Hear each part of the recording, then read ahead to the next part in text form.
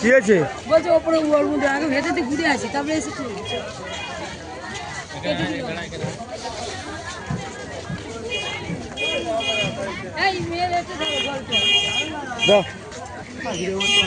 আমি ওকে দিলাম, ও তোমাকে দিয়ে দিল।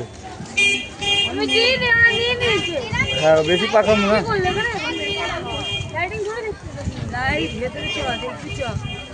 দেখছিলাম না ঢেউ সাগর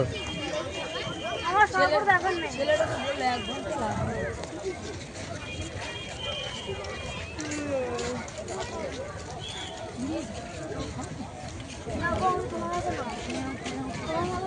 1 ঘন্টা লাগবে। চলো বাঁদিক দিয়ে এদিক দিয়ে এইটাই তো লাস্ট, আর কিছু নেই তো না। কি গো ওখানে লাইটিং ধরে দেখতে